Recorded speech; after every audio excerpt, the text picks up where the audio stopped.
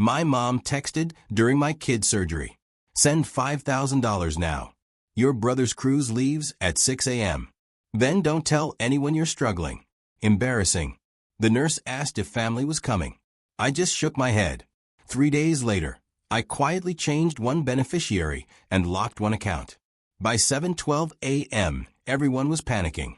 I was staring at the heart monitor when my phone buzzed. The line on the screen kept bumping along in soft green hills. My son was under anesthesia in ER. Somewhere behind the double doors, they were taking out his appendix before it ruptured. I hadn't slept. I hadn't eaten anything but a vending machine Snickers. My hands smelled like hospital soap. The nurse had just walked away after saying, "We'll update you as soon as we're done, Dad." She'd asked if anyone else was coming. "Any family joining you?" I'd swallowed, looked at the empty chairs, and just shaken my head. Then my phone lit up. "Mom, send $5,000 now. Your brother's cruise leaves at 6 a.m. I blinked at it. I honestly thought I'd read it wrong. I rubbed my eyes. The words stayed the same. No. How's he doing? No. Did he make it into surgery? Okay. Just a demand and a deadline. Another bubble popped up before I could even process the first. And don't tell anyone you're struggling. Embarrassing. The cafeteria smell drifted in from down the hall. Burnt coffee, eggs, bleach. My throat closed up. Behind the glass, a kid's cartoon played on mute in the waiting room. A couple hugged each other across from me. A doctor in blue scrubs walked by with a chart. I just sat there with my phone in my hand, feeling my world tilt an inch to the left. I'm 38. My name's Mark. I live in Richmond, Virginia. I work as an IT specialist for a logistics company. It sounds fancier than it is. Mostly, it's resetting passwords and explaining to older guys why turn it off and back on really does fix things. I'm divorced. My ex-wife, Erica, and I share custody of our son. His name is Leo. He's 11. Skinny kid, big glasses, always reading something. He draws comics on printer paper and leaves them all over the house. He apologizes to aunts when he accidentally steps on them. He is the best thing I have ever done. You wouldn't know that from listening to my family. To them, Leo is your situation or your boy or the kid. Never our grandson, unless they want to brag that I'm a hands-on dad. While leaving out the part where they do nothing. They have another son, my younger brother, Alex. Alex is 34. He still lives 10 minutes from my parents in the same town we grew up in. He's good-looking, charming, and allergic to anything that sounds like responsibility. He jumps from job to job, bartender, freelance marketing, warehouse, back to bartending. Somehow there's always a story about how the boss was unfair or the market is bad. My parents love him, and I don't mean regular love. I mean glowing, blind. He can do no wrong kind of love. In every story, he's the main victim and I'm the solution. Mark, can you help your brother with his car payment this month? He's been trying so hard. Mark, we're a little short on the utility bill. This heat wave is killing us. It's just a little support, honey. You're so good with money, you don't even notice it. They say support. What they mean is direct deposit. It started small. 100 here, 200 there.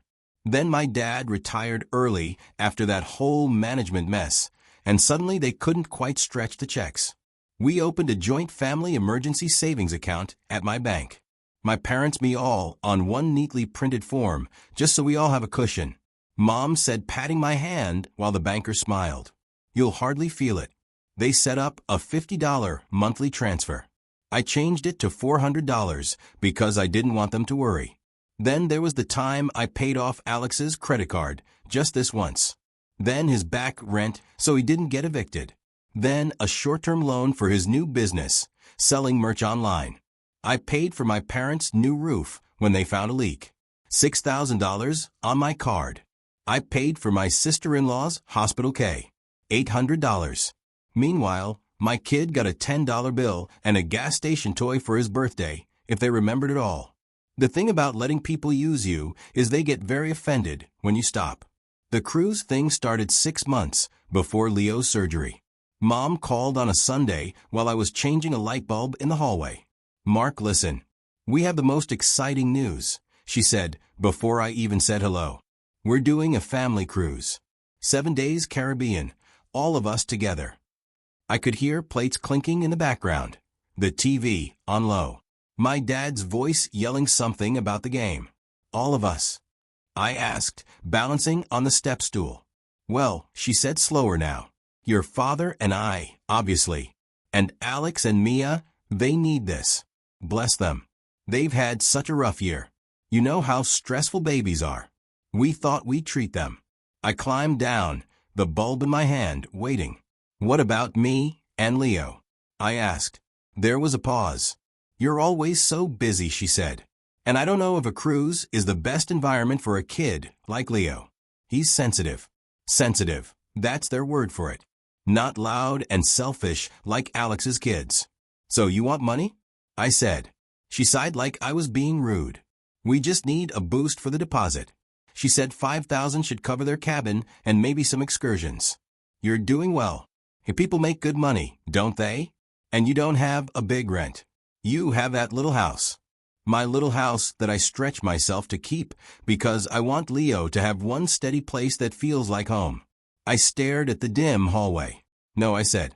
Silence. What did you say? She asked like the connection had cut out. I said, no, I repeated. I can't do $5,000. I'm still paying off the roof. Leo needs braces next year. I'm not paying for a cruise I'm not even invited on. She went cold instantly. You are so ungrateful, she snapped. We did everything for you growing up. The least you could do is help your brother have one nice thing. One, I said before I could stop myself. You mean after the car, the rent, the business, the credit card? Stop. She cut in. You're being dramatic. Don't mention this to anyone else in the family. I don't need people thinking you're struggling. It's embarrassing. She hung up. After that, it was little things. Frozen smiles when I dropped Leo off, forgetting to tell me about barbecues, taking group pictures of all the grandkids, and posting them without Leo. They'd been punishing me for that no for half a year. I just didn't see how far they'd go. The night Leo's appendix went crazy, we were building Lego on the living room rug.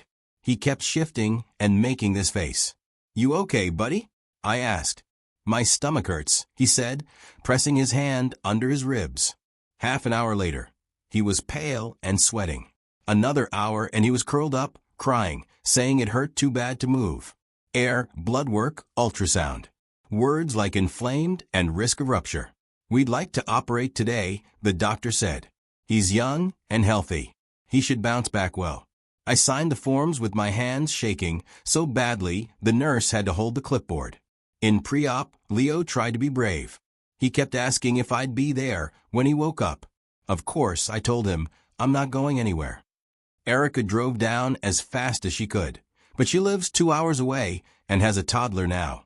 She kissed his forehead, held my arm, then had to go home to relieve her babysitter. Call me the second he's out, she said, eyes wet.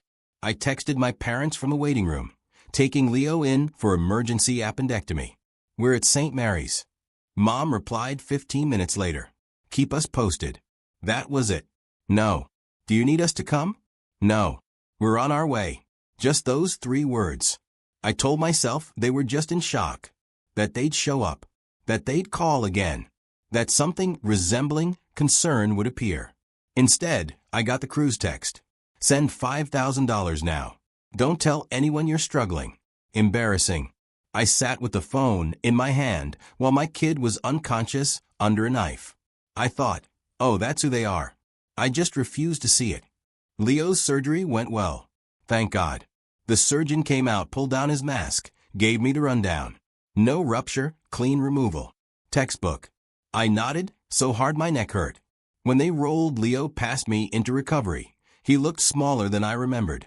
Mouth dry, lips cracked, hair messed up from the cap. I walked beside the bed, one hand on the rail. I'm here, I said. I've got you. They settled us into a small room with a pull-out chair that pretended to be a bed. The nurse adjusted his 4, smiled at me. Any family coming to sit with you? She asked. I looked at the empty doorway.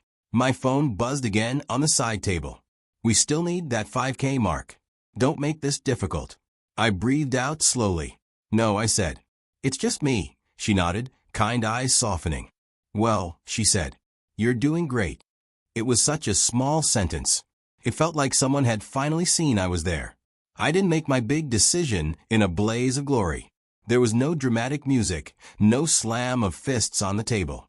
It happened 3 days later in my kitchen in front of a half-empty box of cereal. Leo was home, tired, sore, moving gingerly, but cracking little jokes again. He'd fallen asleep on the couch in a nest of blankets, cartoons still playing quietly. I opened my laptop to pay bills. My inbox was full. Mom, did you think about what we talked about? Prices are going up. We need to book soon. If you're having money issues, we can't help you. You know that. We have our own problems.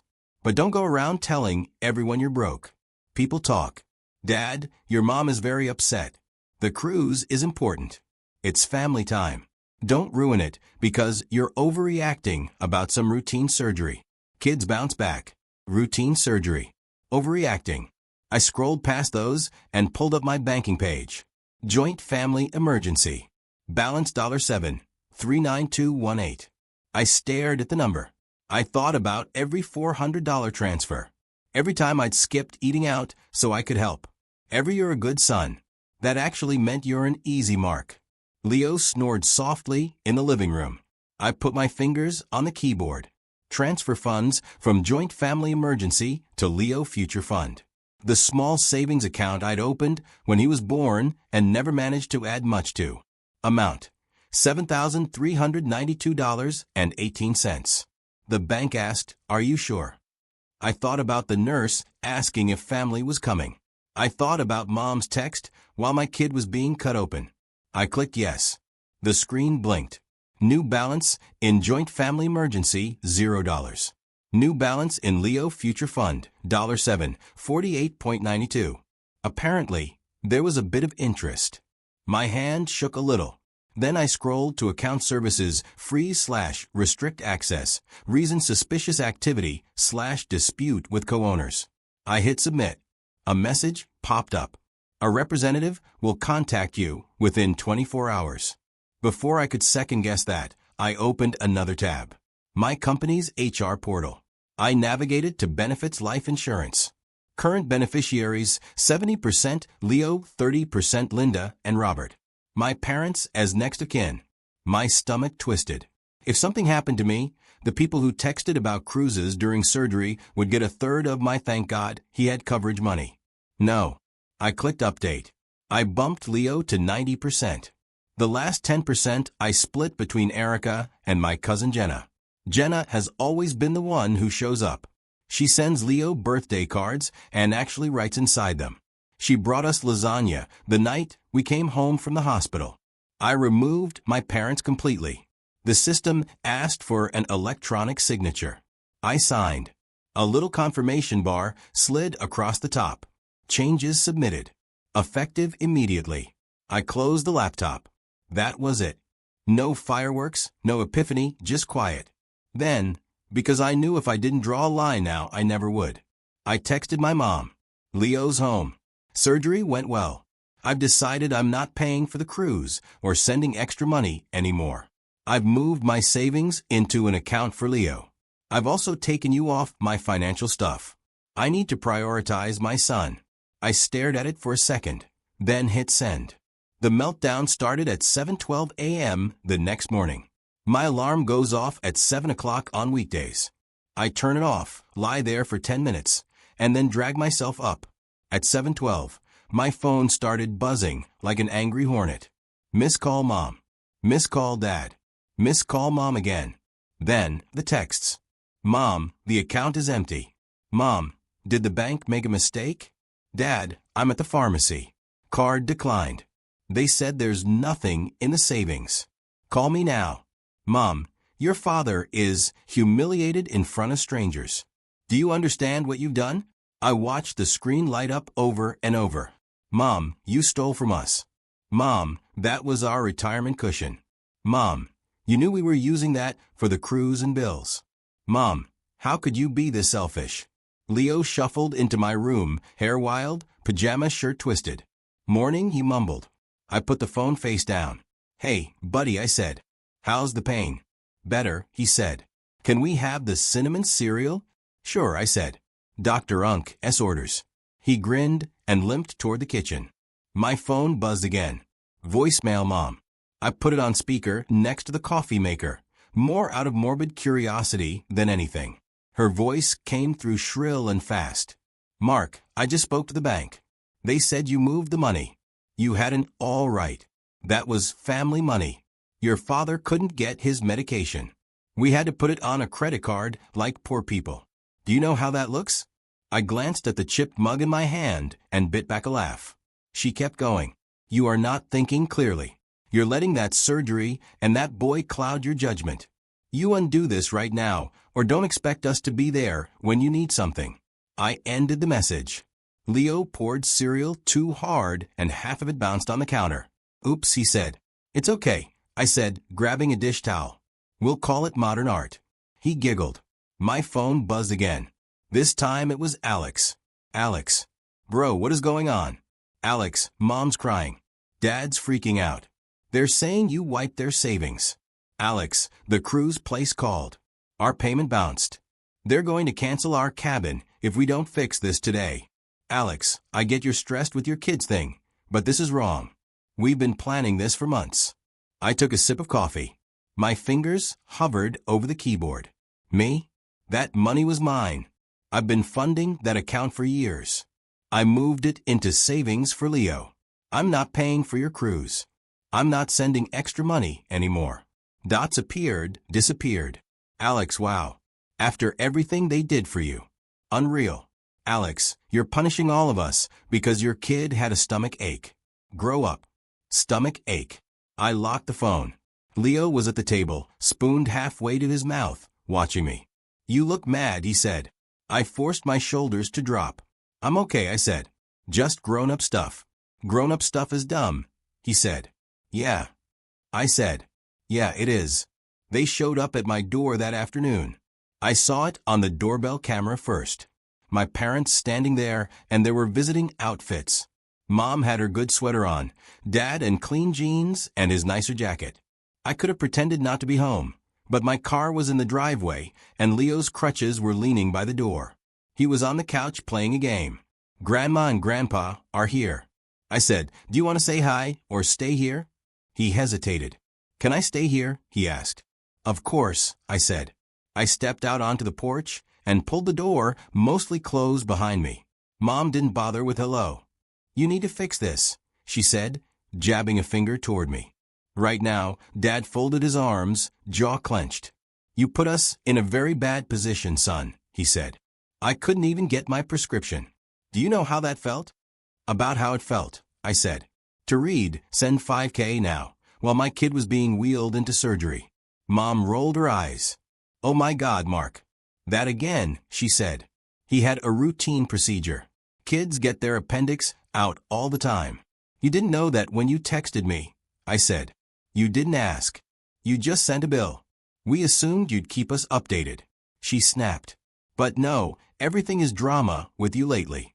Money, money, money. You've always been weird about it. I laughed once sharp.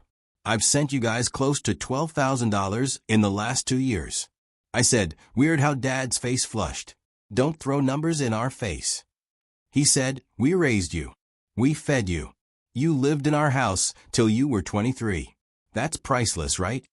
I said, so I owe you until I die. Mom's mouth tightened. You owe us respect. She said, I do.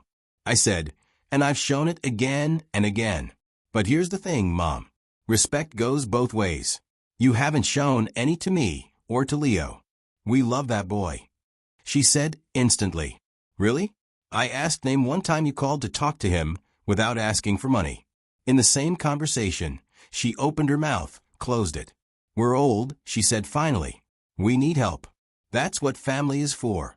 Family is also for sitting with you in the hospital, I said.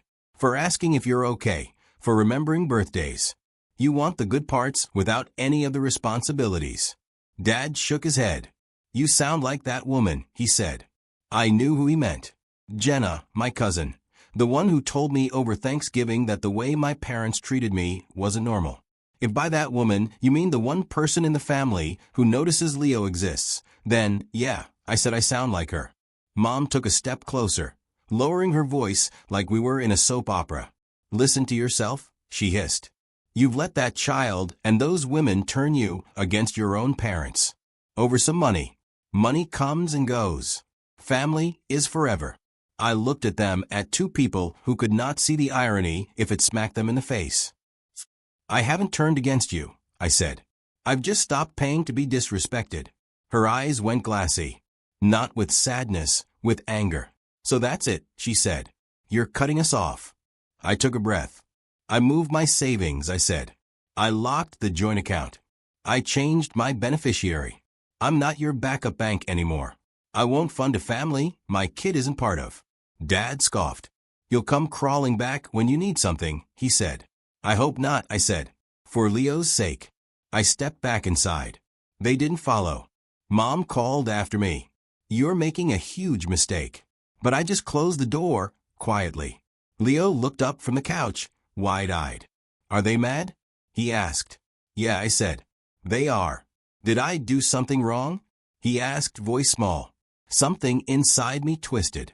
No, I said firmly, sitting beside him. You didn't do anything wrong. Grown-ups did, and I'm fixing it. He nodded slowly. Okay, he said. Can we watch something funny? Absolutely, I said. Funniest thing we can find. We ended up watching some stupid show about a dog detective. Leo laughed so hard he forgot to clutch his side. For the first time in a long time, I laughed with him.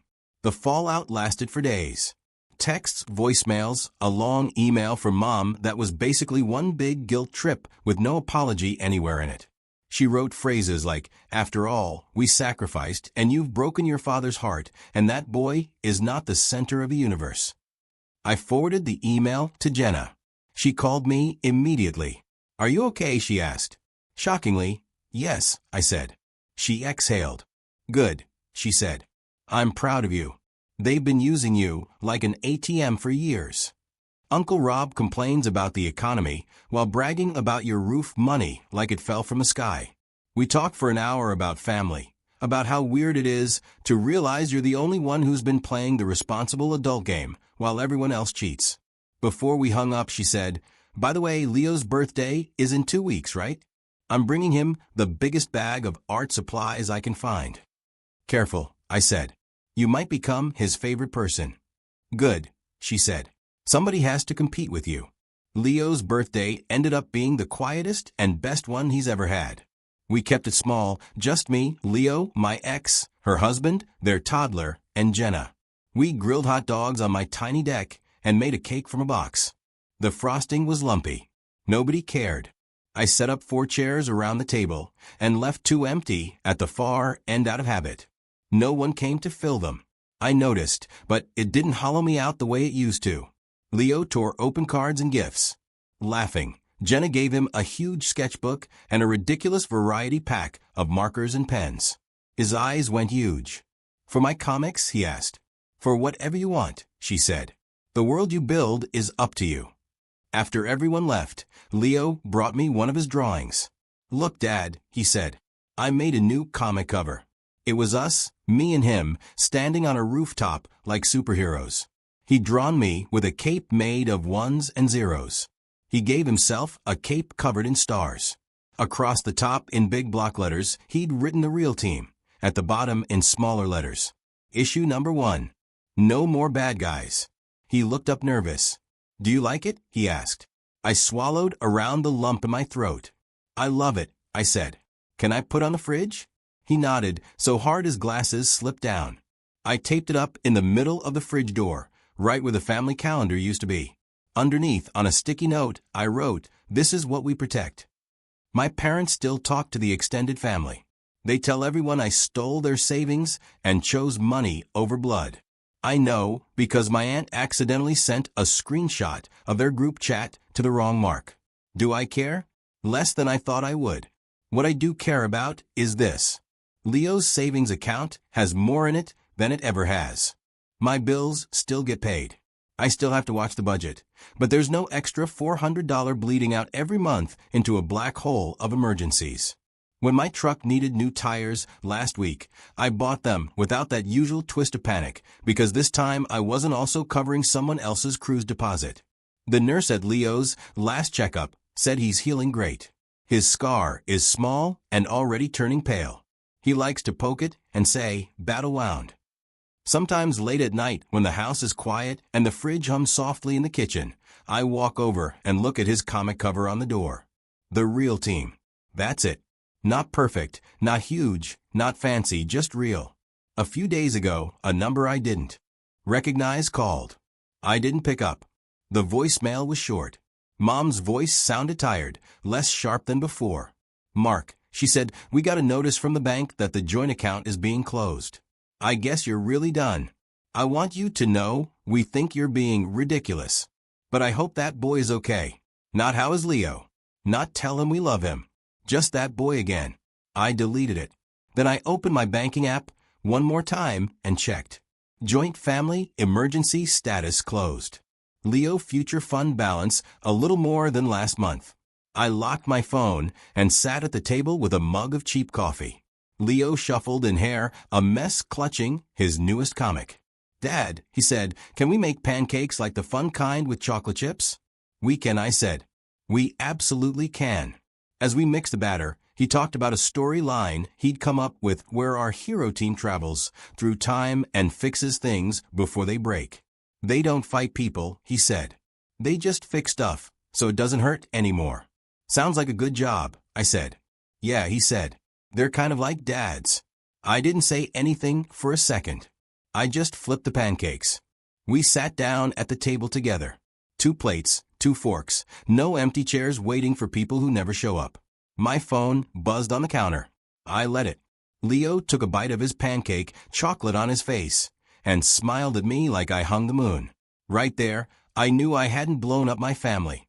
I'd finally stepped out of the role they'd written for me and chosen a different one.